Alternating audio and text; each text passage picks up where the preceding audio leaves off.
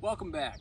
We are standing here today at our farm, and it is a perfect day to show you how to do a little bit of soil sampling to send it in for testing. Now, I'm going to go through some equipment that we have here. Now, if you don't have this equipment, that's fine. You could use a simple shovel and a Tupperware container if need be.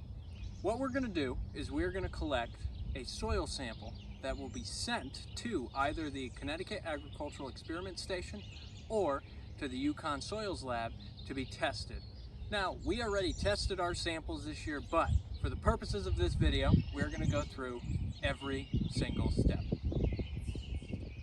So now what I'm going to do is I'm going to collect one sample. Now, in any field, you'll want to go to numerous sites and collect as many soil samples as possible, but you have to try to get as deep down as you can, at least 4 to 6 inches. With this soil core, you could see how deep that I went. The deeper, the better.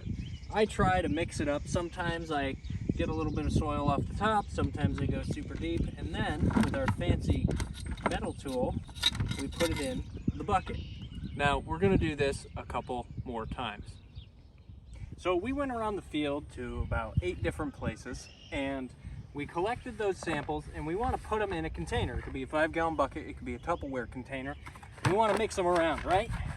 Because if we got all of our samples from the same exact spot, we may not know exactly how the whole field looks when we get our test results back. There may be one area of the field that needs more nitrogen than another, but when we want an average, a nice average of a field, we have to take as many samples as possible, put them together, mix them up so that when they're sent to the lab, it's a nice average collected sample from across the whole area. So now what we do is we take some of our sample, we take a nice sandwich bag, and you can see I labeled this sandwich bag. For the purposes of this video, I called it Field A, and this will help you keep track of where your soil samples came from. So if you have 4 different raised garden beds or 4 different fields that you want to test, you definitely want to label them so that they don't come back and you say, oh no, where did that come from? So we will very carefully, there we go, fill up, it's okay, fill up some of this bag. I know, totally missing it. Yeah. And you want a decent amount. Sometimes debris gets in there. You could leave it or take it out, but at least halfway up the bag you want to fill so that when they test the soil, they have enough material to work with.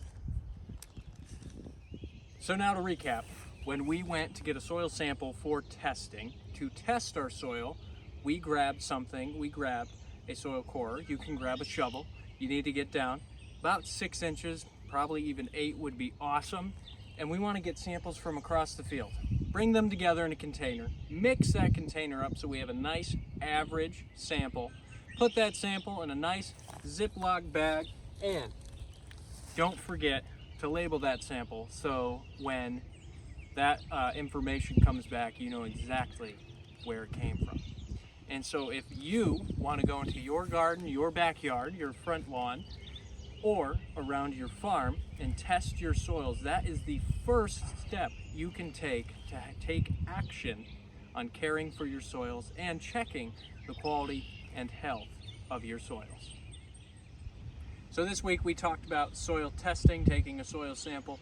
Next week, join us so we could talk about animals and livestock and how livestock have a direct impact, direct positive impact on our soils. We hope to see you there, and we thank you in joining us and being our soil mate.